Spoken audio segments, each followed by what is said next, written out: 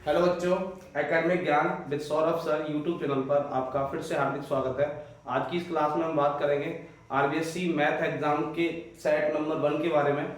तो जिसका पहला प्रश्न है, मैक्सिमम वैल्यू ऑफ प्रोबेबिलिटी, प्रायिकता का अधिकतम मान कितना होता है? 1 एक होता है। सेकंड क्वेश्चन है, what is the mean of first 5 odd number, मतलब प्रथम 5 विषम संख्याओं, प्रथम 5 विषम संख्याओं का औसत, या फिर औसत का दूसरा नाम होता है माध्य, कितना होता है?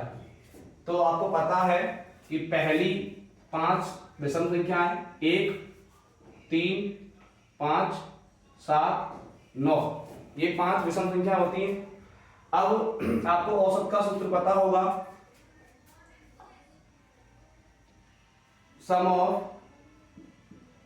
ऑफ क्वांटिटीज, राशियों का योग, sum of quantities upon number of quantities, मतलब राशियों की संख्या, राशियों का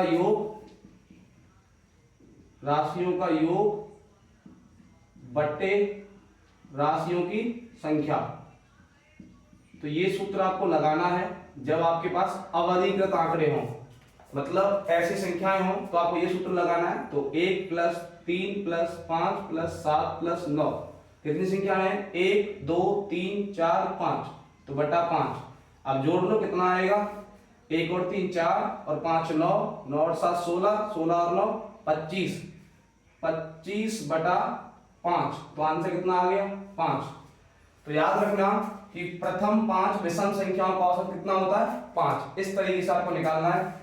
अब यहां प्रश्न भले बदल दे, आपको जरूरी नहीं यही आए, आपसे कह दे कि प्रथम 5 सम संख्याओं का औसत, तो ऐसे आपको वो निकालना है, प्रथम 5 सम संख्याओं का औसत। तो कैसे निकालेंगे?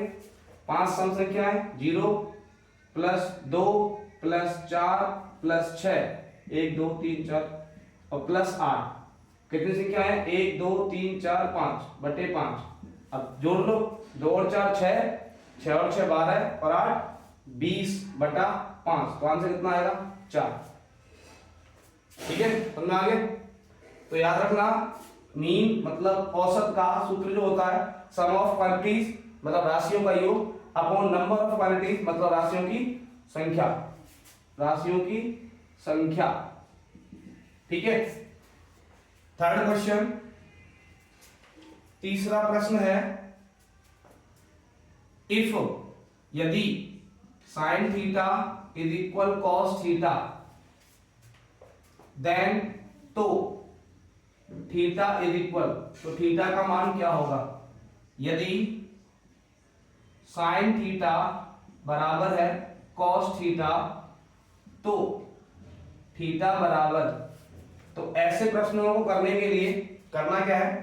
सबसे पहली चीज, आपको sin थीटा बराबर cos थीटा दिया हुआ है, तो आप एक बात बताएं कि sin का सूत्र क्या होता है? लंब बटा कर्ण, और cos का सूत्र क्या होता है? आधार बटा कर्ण।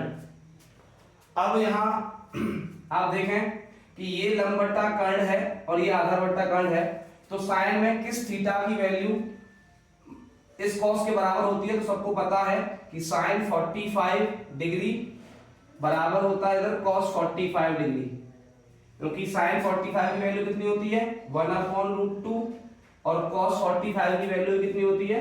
1/√2। तो यहाँ थीटा का मान क्या होगा? 45। तो आप डायरेक्ट लिख सकते हैं थीटा इज इक्वल 45 डिग्री। ये याद रख लो कि sin थीटा बराबर cos थीटा होता है थीटा बराबर 45 पर। ठीक है, इसको निकालने का तरीका यही है, पर ये लंबा तरीका हो जाएगा, इसलिए आप डायरेक्ट याद रखेंगे sin थीटा बराबर cos थीटा है, इसका मतलब थीटा कितना होगा? 45 डिग्री होगा। ठीक है, तो ये टेबल पर आधारित था। ऐसे आपसे पूछ सकता है कि tan थीटा बराबर cot थीटा है, तो थीटा कितना होगा? तब भी आंसर कितना होगा? 45 डिग्री, क्योंकि tan 45 और cot 45 दोनों का वैल्यू कितना होता है? 1 होता है। ठीक है। फोर्थ क्वेश्चन है, 2√3 is एन नंबर, तो क्या आएगा, सबको पता है कि रूट वाले नंबर क्या होते हैं, इर्रेशनल, तो यहाँ क्या आएगा, अपर में। इर्रेशनल मतलब हिंदी में लिखोगे आप 2√3 एक अपरमेय संख्या है, 2√3 एक अपरमेय संख्या है। अगला 5th क्वेश्चन है, ये सारे एमसीक्यूज हैं। 18 into 1 is equal to 18। 5वां है px मतलब बहुपद is equal X square minus 15, then product of zeros मतलब शून्यकों का गुणनफल क्या होगा। तो आप सबको ध्यान रखना है कि जो द्विघाती समीकरण है, क्वाड्रेटिक इक्वेशन, उसका सामान्य रूप क्या होता है, ax square plus bx plus c is equal to 0। अब यहाँ कंपैरिजन तुलना करेंगे तो एक्स स्क्वायर से एक्स स्क्वायर, तो a का वैल्यू 1, a का वैल्यू कितना आ गया 1, bx, अब यहाँ bx वाला टर्म तो है ही नहीं, तो मतलब ये b का वैल्यू कितना है 0, जब b वाला टर्म ही नहीं है तो b का वैल्यू 0। अब c कितना है 15, तो c का वैल्यू कितना आ गया 15। अब आपको पता है कि प्रोडक्ट ऑफ जीरो मतलब शून्यकों का गुणनफल, फॉर्मूला क्या होता है c/a, alpha beta is equal क्या होता है c/a। अभी फॉर्मूला लगा दो, तो c का वैल्यू कितना है 15 और a का वैल्यू कितना है 1, तो आंसर कितना आएगा डायरेक्ट 15। ठीक है, क्योंकि जब भी आपको क्वाड्रेटिक इक्वेशन मतलब द्विघाती समीकरण दिया हो तो आपको द्विघाती समीकरण का सामान्य रूप मतलब general form of quadratic equation याद रखना है, ax square plus bx plus c is equal to 0, और उसके बाद तुलना करनी है। तो यहाँ x स्क्वायर से x स्क्वायर कटा मतलब a का वैल्यू 1, अब यहाँ x वाला टर्म तो दिख ही नहीं रहा मतलब b का वैल्यू 0 है, और c का वैल्यू कितना है 15, तो यहाँ लिखा 15, सॉरी माइनस 15 है, माइनस तो भूल ही गया, तो यहाँ कितना आएगा -15। ठीक है, तो यहाँ भी -15 आएगा। अगला 6th क्वेश्चन, कोई क्वेश्चन में दिक्कत लिख लिए, एक बार जो लग रहा है लिख लियो।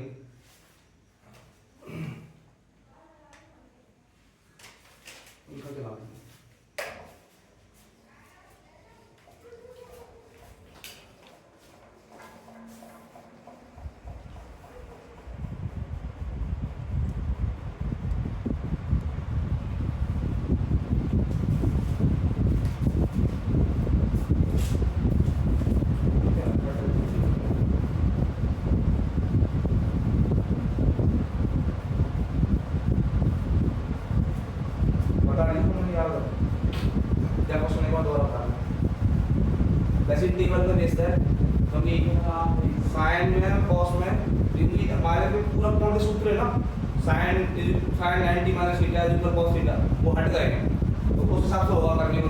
और याद रखना क्या होता है साइन में और कॉस में किस एंगल की वैल्यू बराबर होती है, तो थीटा इज इक्वल 45। ठीक है,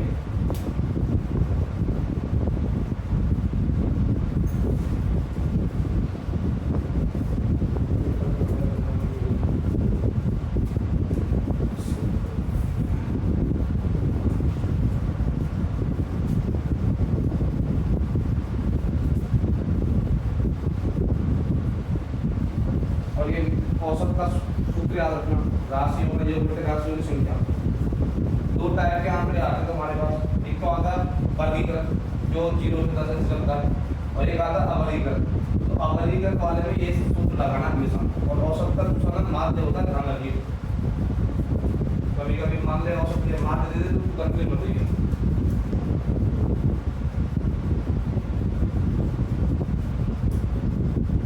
अगला है 6th MCQ, में है पॉइंट मतलब बिंदु -4, -5, देन डिस्टेंस, तो दूरी डिस्टेंस फ्रॉम x एक्सिस, तो x अक्ष से दूरी बताइए। बिंदु -4, -5 की x अक्ष से दूरी बताओ। कितना आंसर होगा? करने क्या है, एक ही तो बिंदु है। जब कोई एक बिंदु दिया हो तो पहला बिंदु में क्या होता है x और दूसरा क्या होता है y। तो जब x अक्ष से दूरी पूछे तो y का वैल्यू, और जब y से दूरी पूछे तो x का वैल्यू। ठीक है, जब भी आपसे डिस्टेंस फ्रॉम x एक्सिस पूछे तो y कोऑर्डिनेट मतलब y निर्देशांक का मान लिखना है, और जब भी आपसे y एक्सिस मतलब y अक्ष से दूरी पूछे तो आपको x कोऑर्डिनेट मतलब x निर्देशांक का मान लिखना है। तो यहाँ से हमें क्या पूछा है, डिस्टेंस फ्रॉम x एक्सिस मतलब x अक्ष से दूरी पूछा है, तो y का मान कितना है 5। और आप ध्यान रखना यहाँ माइनस मत लगाना, क्योंकि डिस्टेंस कभी नेगेटिव नहीं होता, दूरी कभी ऋणात्मक नहीं होता। तो आप डायरेक्ट आंसर लिखेंगे कि distance from x axis x अक्ष से दूरी, x axis distance from x axis is equal होगा 5 यूनिट, मतलब हिंदी में 5 इकाई। इकाई जरूर लगानी है, अगर एमसीक्यू आवा सादा है तो खाली 5 लिखा आएगा वहां पर। ठीक है, तो जब भी अगर में एग्जाम्पल तो जरूरी नहीं यही क्वेश्चन है, मैंने बदल दिया। मैंने पूछा कि point P -7,8 then distance from y axis, तो y एक्सिस से दूरी कितनी होगी? हाँ 7 यूनिट, 7 इकाई। तो ऐसे करना है, और जब 2 पॉइंट गिवन हो तब डिस्टेंस फॉर्मूला लगेगा, दूरी सूत्र x2 - x1 का whole square plus y2 - y1 का होल स्क्वायर का होल रूट। 7th क्वेश्चन, इसी से रिलेटेड क्वेश्चन बता रहा हूं अगले क्वेश्चन पढ़ने से पहले।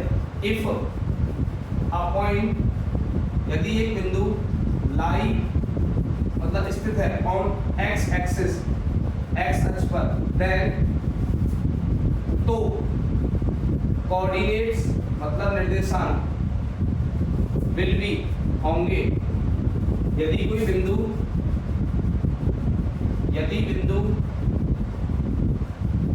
x अक्ष पर स्थित है या x अक्ष पर हो तो निर्देशांक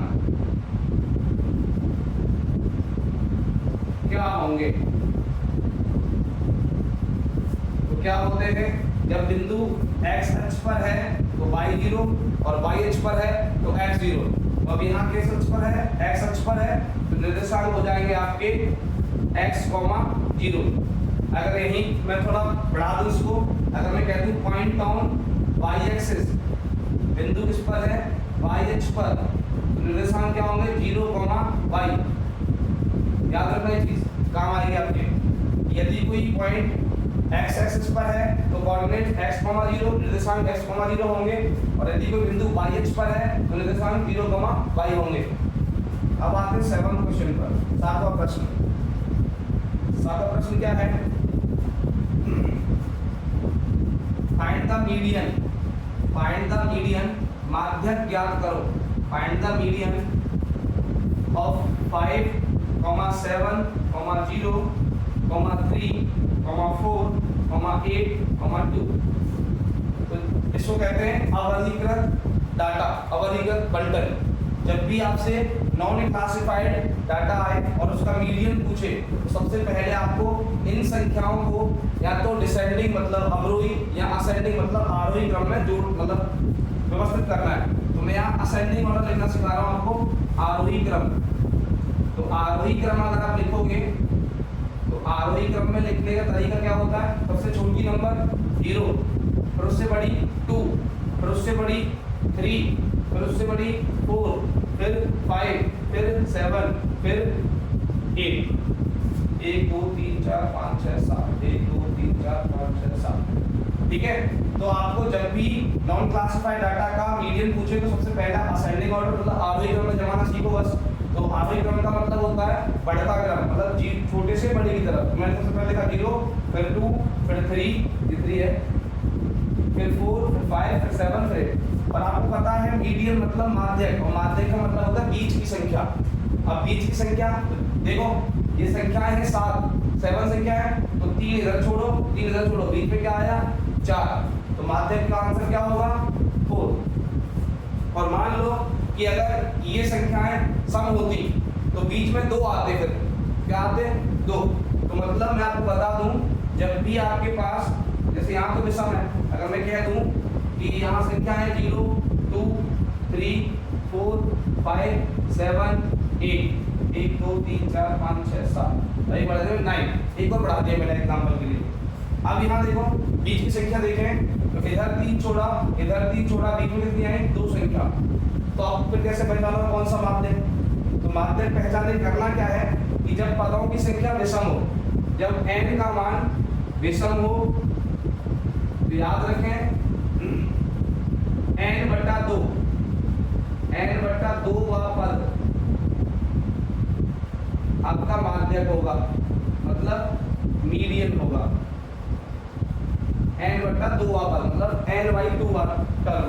तो अब यहाँ कितने थे 7 थे, 1 गुना 1। तो अब देखो 7 टर्म थे तो 7 में 1 जोड़ा कितना होगा 8, और 8 में 2 का भाग दोगे कितना आएगा 4। तो 4th नंबर का टर्म मतलब 4 वा पद 1 2 3 4, 4 पे क्या आएगा 4। अगर n का मान सम हो, मतलब ये विषम मतलब ऑड और सम मतलब इवन, अगर n का मान इवन हो तो आपको करना क्या है n/2 + 1 वा टर्म निकालना है, मतलब n/2 + 1 वा पद, वही क्या होगा माध्यक मतलब मीडियन। अब यहाँ कितने हैं 8 हैं, 1 2 3 4 5 6 7 8, तो 8/2 करोगे मतलब 4 आएगा, और 4 में जोड़ो मतलब 5 वा पद, तो 5वां गिन लो 1 2 3 4 5, 5वां क्या है 5, यहाँ माध्यक क्या होगा 5। ऐसे जब मतलब पदों की संख्या विषम हो तो मतलब 1 जोड़ के 2 का भाग दे दो।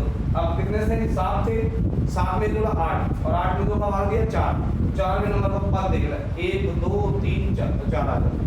अब जब पदों की संख्या सम हो मतलब 1 2 3 4 5 6 7 8 गिनने का समय, तो पहले 2 का भाग देना जितने हैं संख्या, फिर हम 1 जोड़ना, तो 8 में 2 का भाग दे दो 4, और 4 में 1 जोड़ेगा तो 5, तो 5 में नंबर पद गिन रहा है 1 2 3 4 5 ऐसे। ठीक है, तो ये सूत्र याद रखना। तो ये एक्स्ट्रा एग्जांपल है। अगला है 8th क्वेश्चन, 8वां प्रश्न है इफ द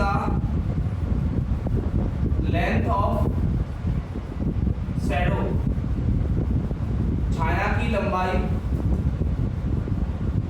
इज 5√3 मीटर, मतलब 5√3 मीटर है, ऑफ 5 मीटर हाई पिलर, मतलब 5 मीटर ऊंचे खंबे की, 5 मीटर ऊंचे खंबे की छाया की लंबाई 5√3 मीटर है, 5√3 मीटर है, तो देन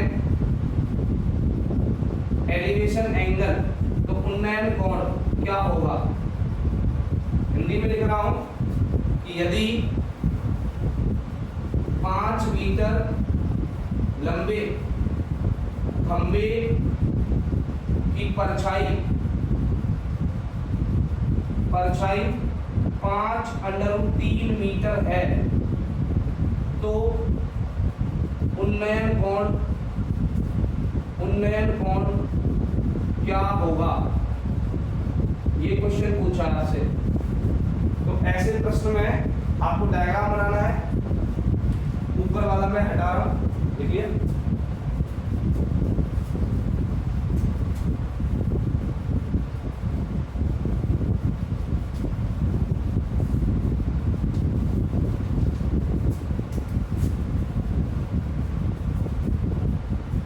करना क्या है, पिलर मतलब खंबा है, सबसे पहले आपको क्षैतिज रेखा मतलब हॉरिजॉन्टल लाइन बनानी है, और हॉरिजॉन्टल लाइन मतलब क्षैतिज रेखा बनाने के बाद खंबा हो मतलब पिलर, ट्री पेड़ हो, ठीक है, कोई बिल्डिंग हो, कोई भी मतलब ब्रिज का पिलर हो, तो वो हमेशा परपेंडिकुलर मतलब लंबवत खड़ा होगा। तो मैंने या तो इधर कर लो या इधर कर लो, तो मैंने पिलर खड़ा कर लिया यहाँ, ये 90 डिग्री का एंगल बना लिया। अब इस पिलर की हाइट कितनी है 5 मीटर, 5 मीटर ऊंचा है, तो ये 5 मीटर ऊंचा मैंने पिलर बना लिया। अब उसने कहा है कि इसकी छाया कहाँ बनेगी, नीचे। पहले इसको मिला दो, देख हमेशा समकोण त्रिभुज बनेगा। तो इसकी छाया बनेगी यहाँ, तो इसकी लंबाई कितनी है 5√3 मीटर, 5√3 मीटर है। अब मैंने नाम दे दिया ए बी सी। तो आपसे उन्नयन कोण कैसे बनता है, नीचे से ऊपर देखने पर, मतलब ये वाला कोण पूछा है आपसे, तो ये वाला कोण मैंने मान लिया थीटा। तो आप देखो 90 के सामने क्या होता है, कर्ण होता है हाइपोटेनस, मतलब आप के एच बोल सकते हो, हिंदी मीडियम वाले के बोल सकते हैं, कर्ण। और थीटा के सामने क्या होता है, लंब, लंब मतलब परपेंडिकुलर, आप एल बोलना। और नीचे वाला क्या होता है, बेस मतलब आधार, ए। तो आपको दिया क्या है, एक तो दिया है लंब मतलब परपेंडिकुलर, और क्या दिया है, आधार मतलब बेस दिया है। तो इन दोनों का रिलेशन कौन देता है, tan थीटा। अब लिखोगे मोस्टली में tan थीटा लगता है, तो since tan theta is equal लंब बटे आधार, या फिर इंग्लिश मीडियम वाले कहेंगे परपेंडिकुलर अपॉन बेस। तो आप देखो tan theta is equal perpendicular लंब कितना 5 बटा आधार कितना 5√3, 5√3। तो आप देखो 5 से 5 खत्म, तो कितना बचा 1/√3। अब आप देखो tan में 1/√3 किस एंगल की वैल्यू होती है, तो आंसर आएगा सर जी tan 30 की वैल्यू होती है। तो tan थीटा देखो कितना आया 33, तो tan से tan खत्म, तो कोण का मान कितना आया 30 डिग्री। तो इसलिए उन्नयन कोण एलिवेशन एंगल कितना होगा 30 डिग्री। ऐसे करना आप नोट कर सकते हो।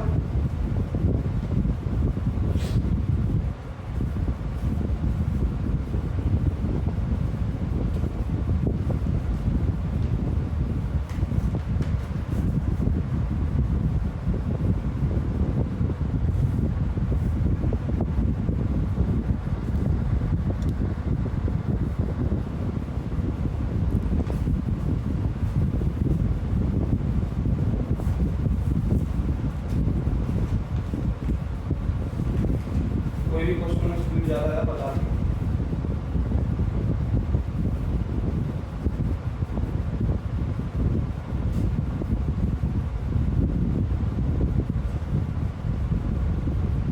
समझ आ गए? तो आज बजा कर तो टी बना करिए, या हम 2 क्वेश्चन आएंगे, ये तो 1 नंबर को, ये 2 नंबर को round.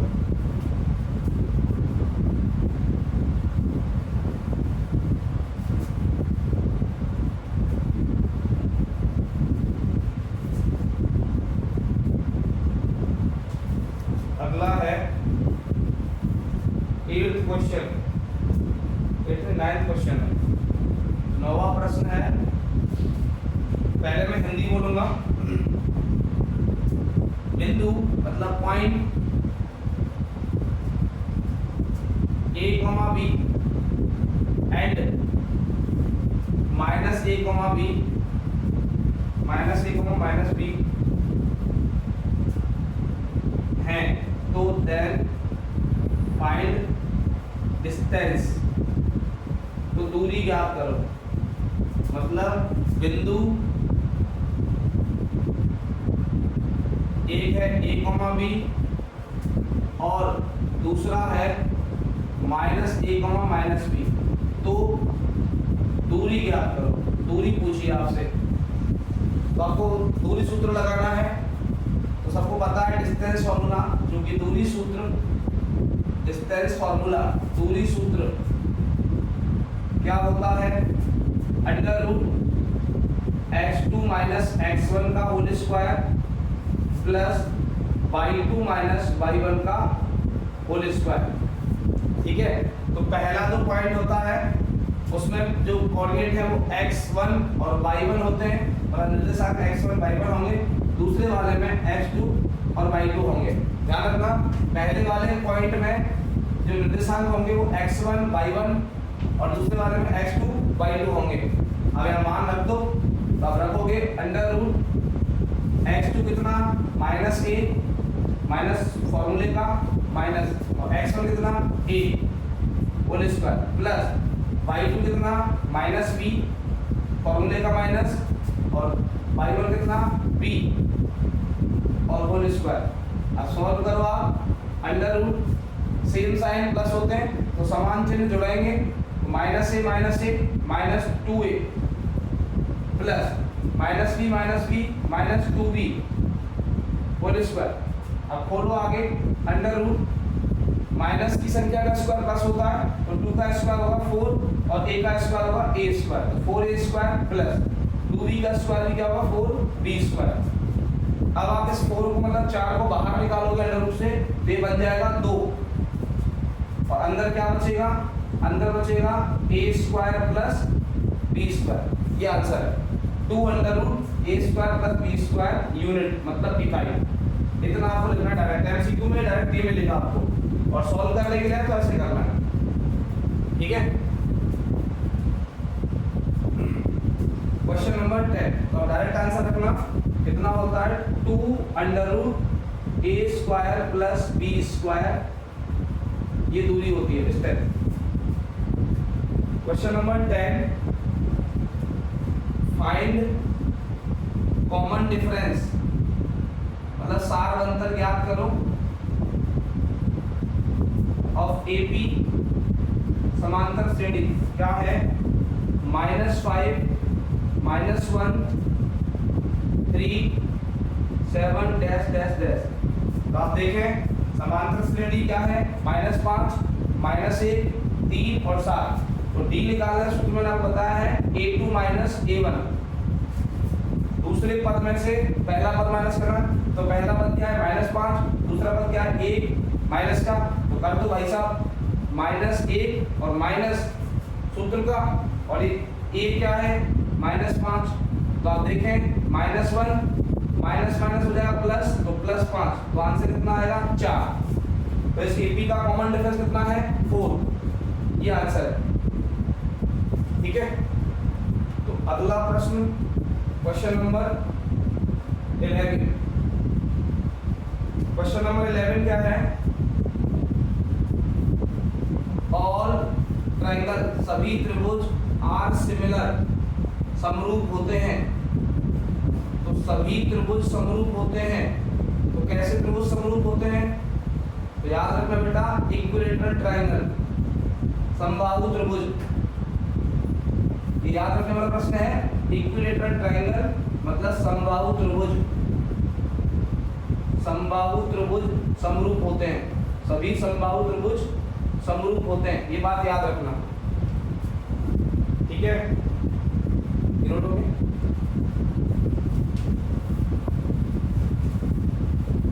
समझाएगा distance formula.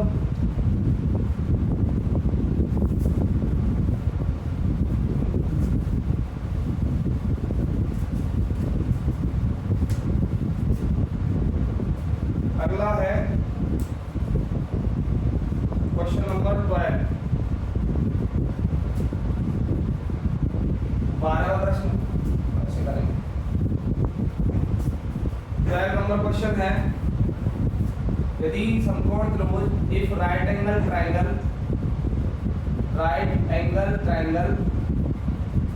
ABC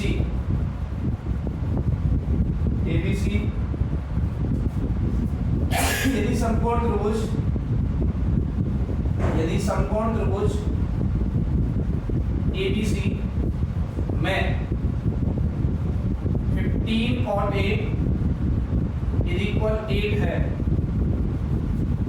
then तो फाइंड साइन A।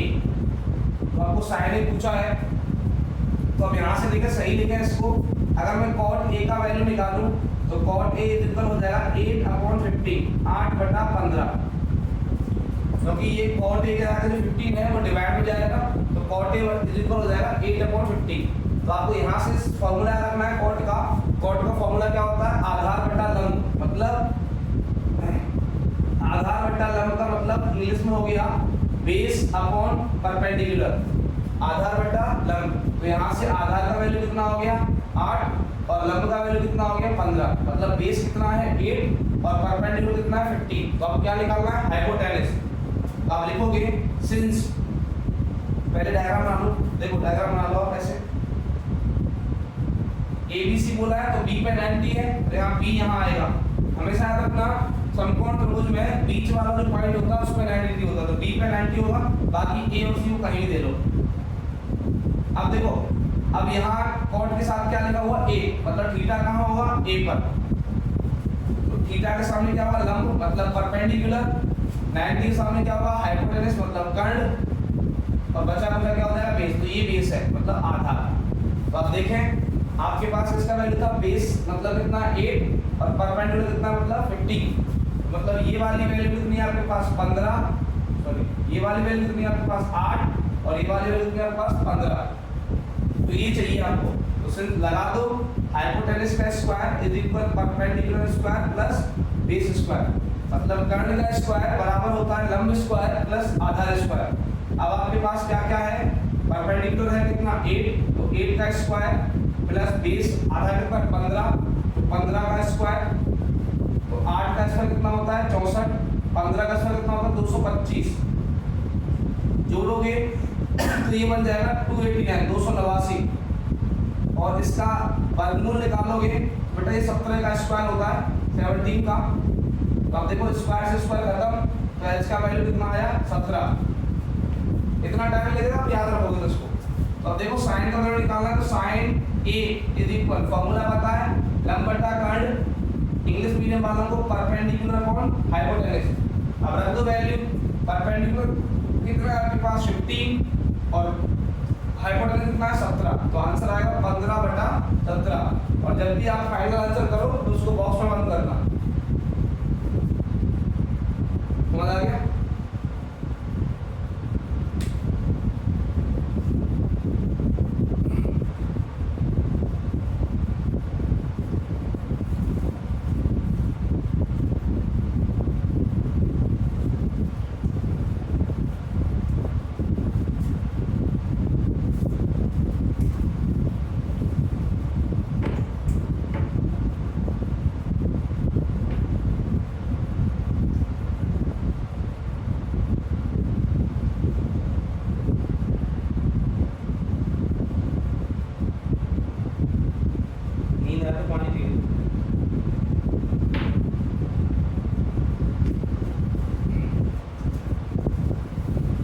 नेक्स्ट आते हैं 13 क्वेश्चन। 13 क्वेश्चन है एपी समांतर श्रेणी है 3 8 13 18 dash dash dash, then which term कौन सा पद विच टर्म इज 78, तो कौन सा पद 78 होगा, इस एपी का कौन सा पद 78 मतलब 78 होगा। तो जब भी बेटा ऐसा प्रश्न आए तो आपको करना क्या है, जिस टर्म की जिस संख्या की बात वो कर रहा है उसको आपको an मानना है। क्या मानना है an, तो आप लिख दो भाई कि सिंस चूंकि an का मान कितना है 78, क्या बोला दोबारा सुन लो, जब भी ऐसा क्वेश्चन आए कि विच टर्म इज कौन से नंबर का टर्म है तो संख्या का आपको an मानना है मतलब अंतिम पद। और आप इतना तो जानते हो कि एपी में जो पहली संख्या होती है वो a होती है, तो a का मान कितना है 3, उसके बाद d निकालना मैंने अभी बताया, d इक्वल होता है a2 - a1, तो यहाँ से d का मान आएगा 5, कितना आएगा 5, ठीक है। तो आपके पास a आ गया, d आ गया, an है, फॉर्मूला लगा दो। सिंस हम जानते हैं क्योंकि an is equal a plus n-1 into d, ये सूत्र है। अब इसमें वैल्यू रख दो, इसी देयरफॉर an कितना 78 इज इक्वल a कितना 3 प्लस n-1 इंटू d का वैल्यू कितना 5। सॉल्व करो, 3 इधर लेके आओ बच्चा अंदर ट्रांसपोजिंग से, तो ये हो जाएगा 78 माइनस 3 इज इक्वल मल्टीप्लाई करो 5n माइनस 5। सॉल्व किया, ये 75 यहाँ से 5n माइनस 5, अब ये 5 इधर आएगा तो 75 प्लस 5 इज इक्वल 5n, तो ये हो जाएगा 80 इज इक्वल 5n, तो यहाँ से कितना आएगा n इज इक्वल 16। तो मतलब ये जो 78 है मतलब 78 जो है वो 16वें नंबर का पद है। कौन से नंबर का? 16वें नंबर का। अगर याद रखें n का वैल्यू इंटीजर में नहीं है, मतलब पूर्णांक में नहीं आता, फ्रैक्शन बट्टे में आता है, तो वो पॉसिबल नहीं होगा। ठीक है, हमेशा पूर्णांक मान आएगा। अगर ऐसा क्वेश्चन कहा है तो पूर्णांक मान नहीं आता है तो ये लिख देना आपको कि this term is not possible, मतलब यह पद संभव नहीं होगा। ठीक है, ऐसे करना है। तो लिख देना कि देयरफॉर, इसीलिए 16th टर्म मतलब 16वां पद इज 78, 78 है। हिंदी में क्या लिखोगे? 16वां पद 78 है, 78 है। अब आते हैं 14 क्वेश्चन पर।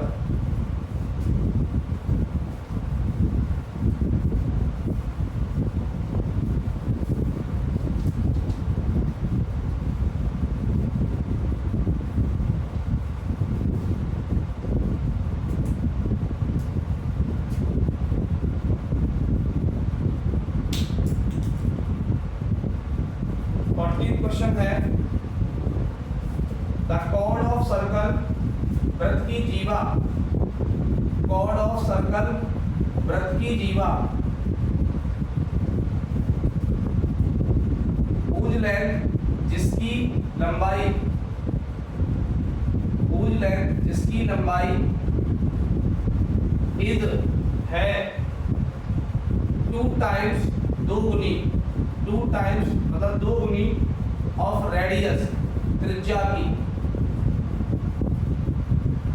इज कॉल्ड, तो उसको क्या कहेंगे? तो भैया सीधी पता है कि वृत्त की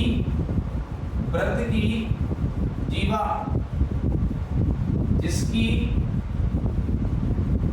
जिसकी लंबाई त्रिज्या की 2 गुनी होती है, इसकी लंबाई त्रिज्या की 2 गुनी होती है, क्या कहलाती है? सबको पता है, व्यास। क्या कहलाती है? व्यास। तो आंसर होगा डायमीटर मतलब व्यास। ठीक है, तो याद रखने वाला क्वेश्चन है। अगला 15 क्वेश्चन है how many tangent are drawn on circle, कितनी स्पर्शरेखाएं वृत्त पर खींची जाती हैं? How many tangent are drawn on circle,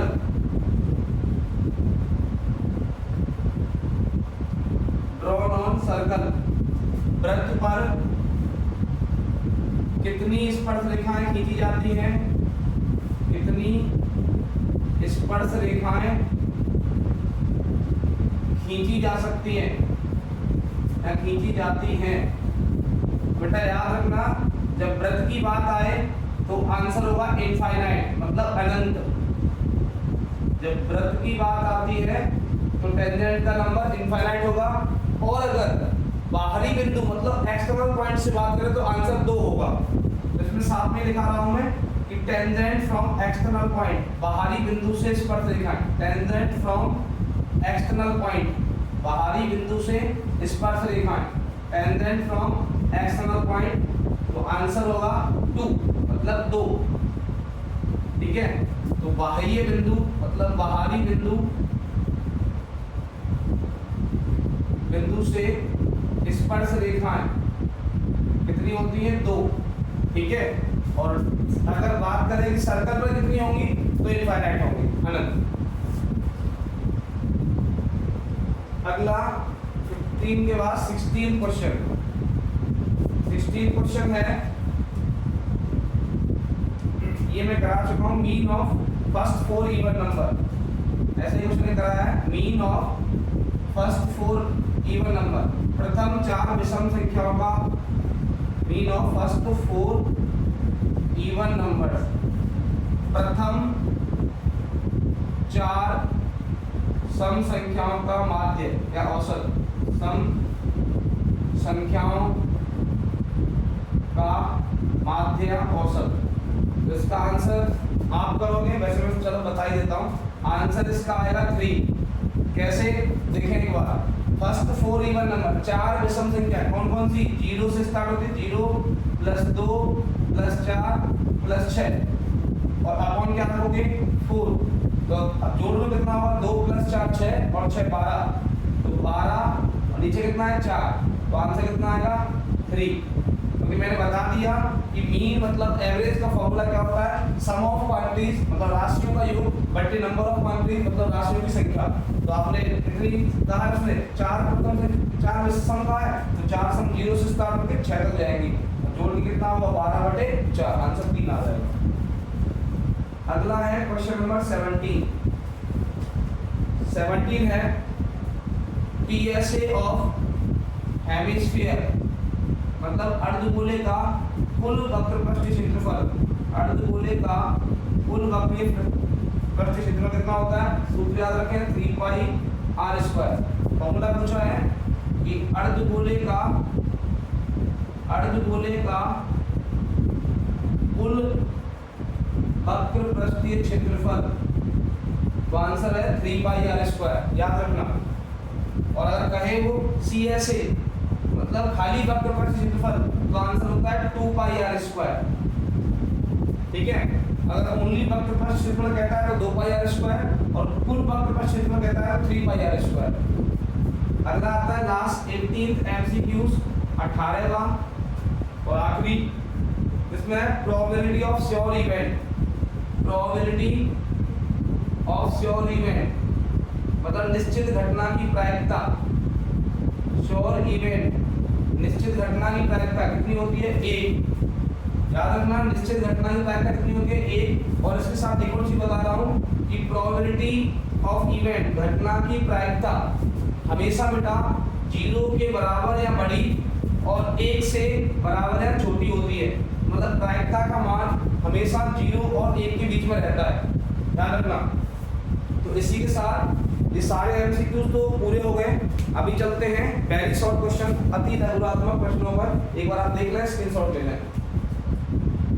पूरी राइटिंग खराब आ रही होगी, इसके लिए आपसे सॉरी है भाई, समझ लेना, जूम करके देख लेना, ठीक है, अगर ज्यादा छोटा लिखा हुआ या तो कोई दिक्कत नींद तो नहीं आ रही, नहीं खाना खा के आया तो नींद आ रही सर। जो प्रैक्टिस वाले क्वेश्चन है वो तो प्रैक्टिस करनी है, और जो याद करने वाले हैं वो याद करना। जैसे वो भी क्वेश्चन आया था कि व्रत की वो है लीवर जिसकी लंबाई त्रिज्या की दोगुनी होती है, व्यास कहलाती है, वो याद करने वाला। अभी क्वेश्चन है ये प्रैक्टिस वाला है, तो ये तो आवाज आधा में डायरेक्ट टिक करना है, पर फिर भी कहाँ टिक कर पाएगा, जब प्रैक्टिस होगी तभी तो कर पाएगा। जरूर थोड़ी मतलब संख्याएं भी, वैसे किताबों क्वेश्चन है सारे, बुक से बाहर नहीं सारे क्वेश्चन, लेकिन फिर भी क्वेश्चन में नंबर चेंज करता नहीं वैसे हमारा आरबीएससी बोर्ड, और बाई चांस कर दे तो इसको नहीं ले सकते, कर भी सकता है भाई, बोर्ड है। देखिए बेटा पहली शॉर्ट क्वेश्चंस का इसमें फिलअप वैसे बता देता हूँ, ओरली बोल के पहले एक बार फिलअप बता देता हूँ। रिक्त स्थान,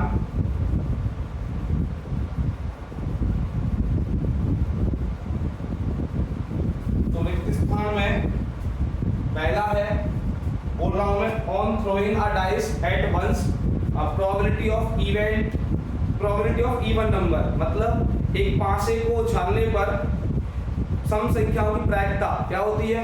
देखो पहले बता देता हूँ, चलो सॉल्व करके बताऊंगा। ऑन थ्रोइंग मतलब उछालने पर, on throwing a dice at once मतलब एक बार, एक पासे को एक बार उछालने पर probability of even number, probability of even number सम संख्या की प्रायिकता, प्रोबेबिलिटी ऑफ इवन नंबर सम संख्या की प्रायिकता।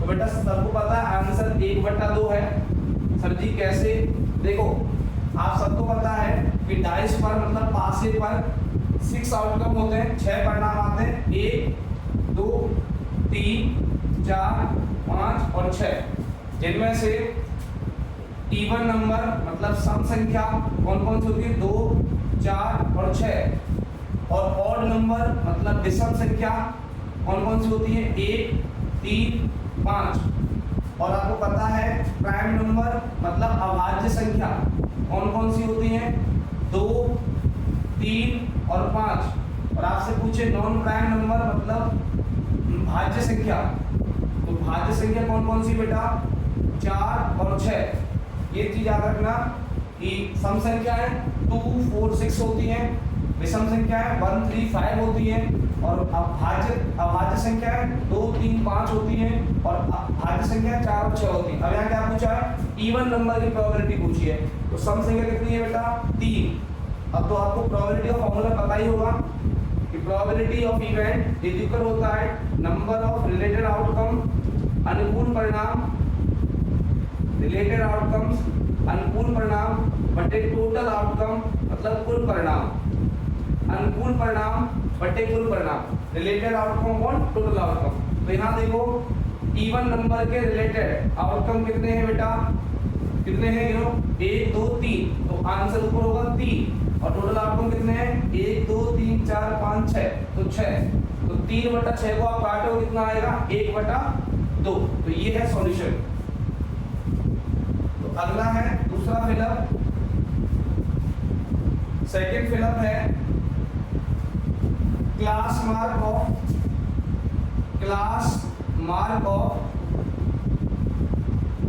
20 to 35, मतलब 20 से 35 वाले क्लास का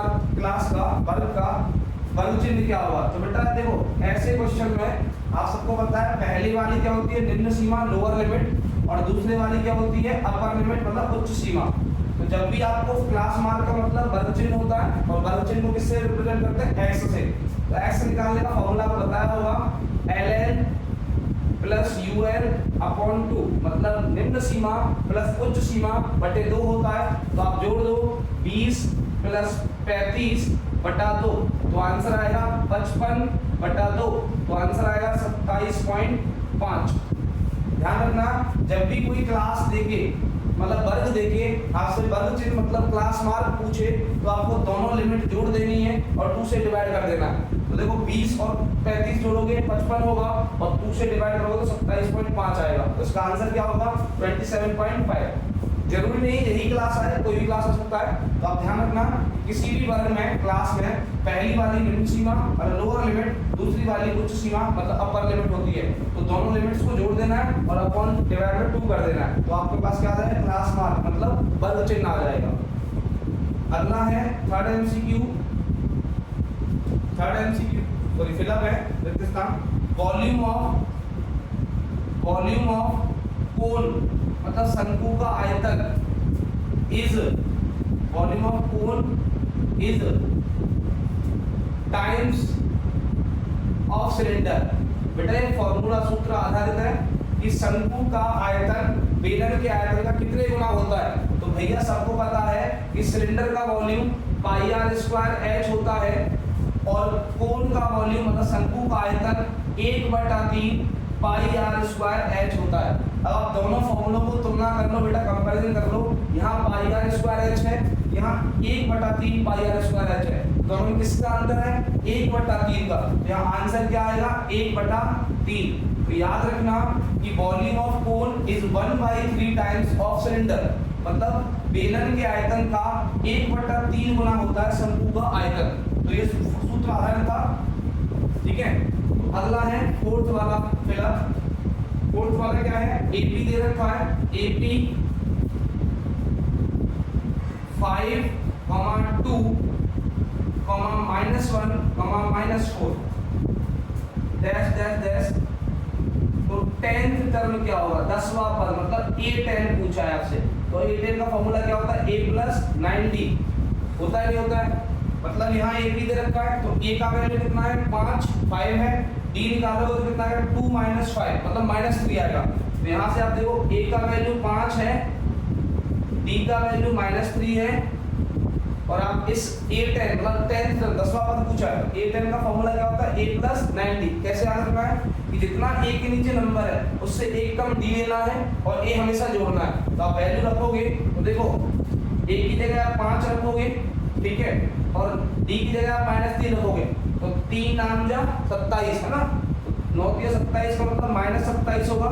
अब देखो ये प्लस है और ये माइनस है, घटेगा तो आंसर आएगा डायरेक्ट मैं लिख रहा हूँ आपके लिए -22। कितना आएगा -22। तो इसमें ये क्या भरना था कि 10th टर्म मतलब 10वां पद कितना होगा -22।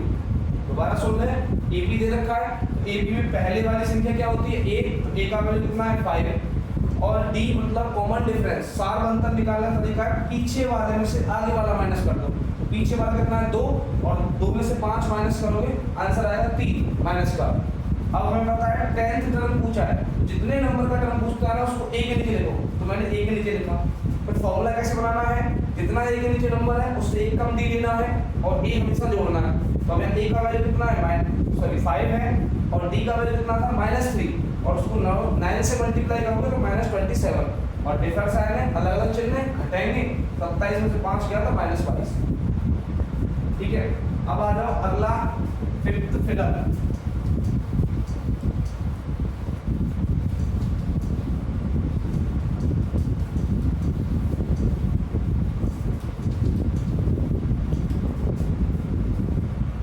अगला है 5th, पांचवा क्या है, angle between tangent and radius of circle.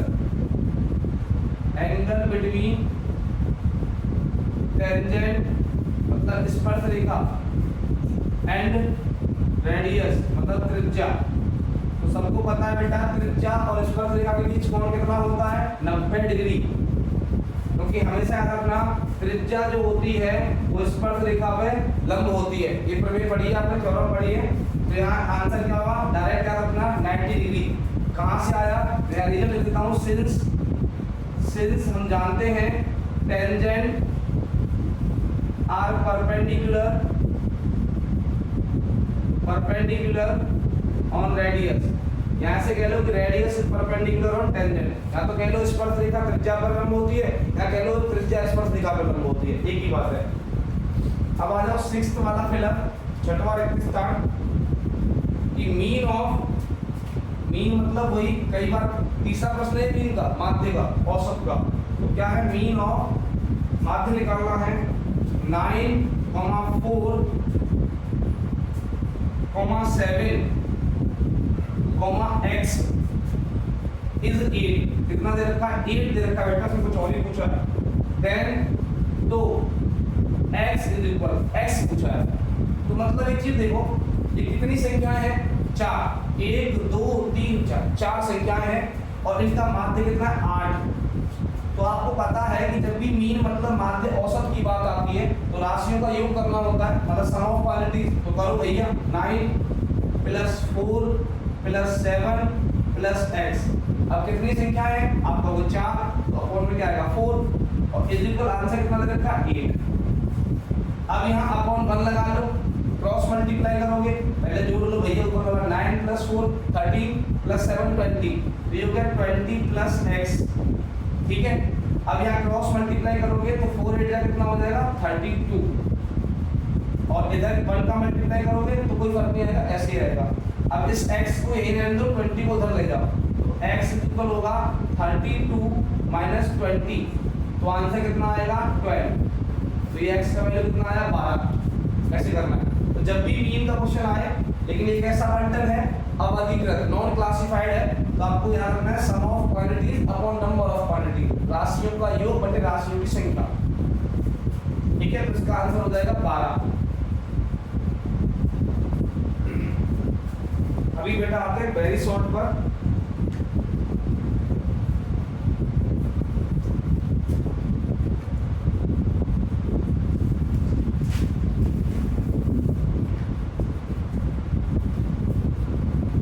समझ आ गया?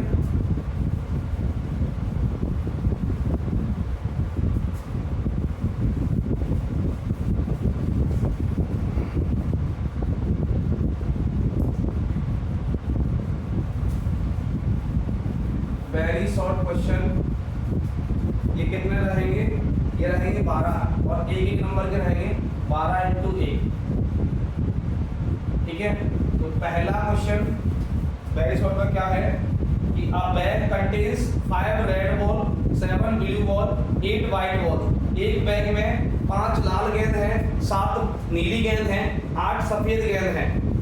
कितनी कितनी गेंद चाहिए भैया, देखो 5 रेड 5 8 ऐसे लिख रहा हूं मैं, 7 ब्लू 7 नीली और 8 वाइट, मतलब 8 W4 वाइट सफेद, D4 ब्लू मतलब नीला और R4 रेड मतलब लाल। तो टोटल कितनी गेंद हो गई भैया 20 गेंद हो गई। कितनी बॉल हो गई भैया 20। ठीक है। तो आपसे पूछा है प्रोबेबिलिटी ऑफ रेड बॉल, मतलब लाल गेंद की प्रायिकता। तो भैया लाल गेंद की प्रायिकता मतलब रिलेटेड आउटकम, अनुकूल परिणाम कितने हैं, आपका आंसर होगा 5, और कुल परिणाम कितने भैया, आपका आंसर होगा 20। तो रिलेटेड आउटकम मतलब 5, टोटल आउटकम मतलब 20, तो आंसर आएगा 1/4, 1/4। दूसरा प्रश्न सेकंड है अरिथमेटिक मीन ऑफ ABCD, मतलब अरिथमेटिक मीन अंकगणितीय माध्य। मीन का बहुत रिपीटेड क्वेश्चन 5 बार, अरिथमेटिक मीन बेटा मीन कहे मतलब माध्य, या अरिथमेटिक मीन के बाद एक ही है, मीन ऑफ ABCD मतलब नंबर नहीं दिए आपको, केवल ABCD कहा है, ABCD तो सबको पता है भैया फॉर्मूला मीन का sum of quantities upon number of quantities. तो जोड़ दो क्या होगा, A plus B plus C plus D, और कितने नंबर है 1 2 3 4 का 4, ये आंसर है डायरेक्ट। नंबर 3 तीसरा है इफ sin 3x इक्वल 1, यदि sin 3x इक्वल 1 है देन तो x इक्वल, x का मान क्या होगा, इसका हिंदी बोलो, ABCD का अंकगणितीय माध्य। अब आपको पता है कि sin 3x इक्वल 1 है, तो आपको ध्यान रखना है जब भी ऐसा प्रश्न आए तो आपको देखना है कि इधर कौन सा ट्रिग्नोमेट्रिक रेशियो है, sin। तो आप देखो sin में 1 किसका वैल्यू होता है, तो आपके दिमाग में क्वेश्चन आएगा सर जी हम जानते हैं कि since sin 90 degree is equal 1 होता है, तो आप यहाँ 1 की जगह क्या रखोगे sin 90, तो आप लिखो देयरफॉर इसीलिए sin 3x इज इक्वल होगा sin 90, ठीक है। तो अब यहाँ sin से sin खत्म, तो 3x का वैल्यू कितना आएगा 90 डिग्री। अब आपको पता है x के सामने जो भी नंबर होता है दूसरा डिवाइड हो जाता है, तो x का वैल्यू डायरेक्ट में लिखा कितना आएगा 30 डिग्री, कितना आएगा 30 डिग्री, ये आंसर है। बात करते हैं क्वेश्चन नंबर 4। क्वेश्चन नंबर 4 है if height of pillar is equivalent to shadow of pillar, ऐसा भी क्वेश्चन मैं करा चुका हूं। बेटा देखो क्वेश्चन में बोला है,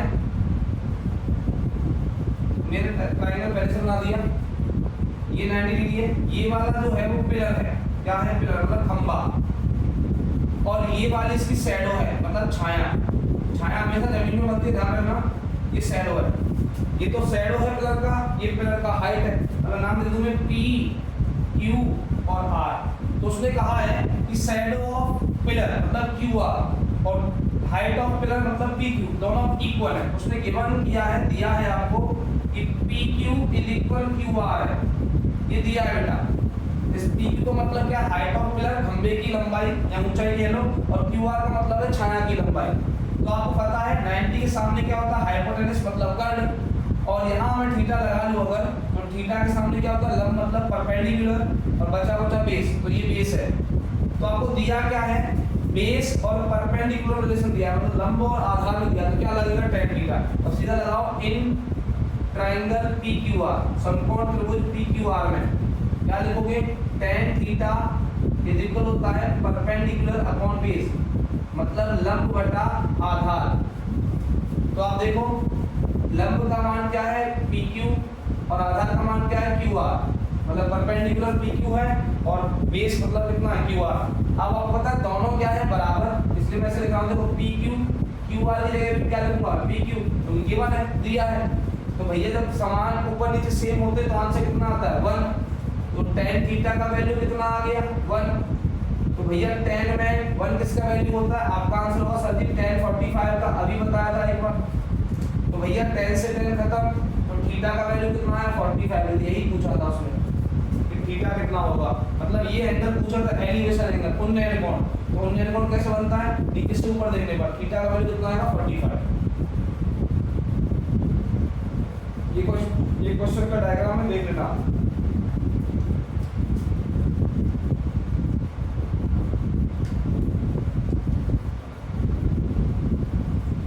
तो आज की क्लास में इतना ही। आई होप मैं आपसे कम इंटरेक्शन कर पाया होगा, क्योंकि यहाँ एक स्टूडेंट बैठा है उसको भी पढ़ा रहा था साथ में। तो आगे की क्लास आपके लिए कल कराई जाएगी। तो इसी के साथ शुभ रात्रि, जय हिंद।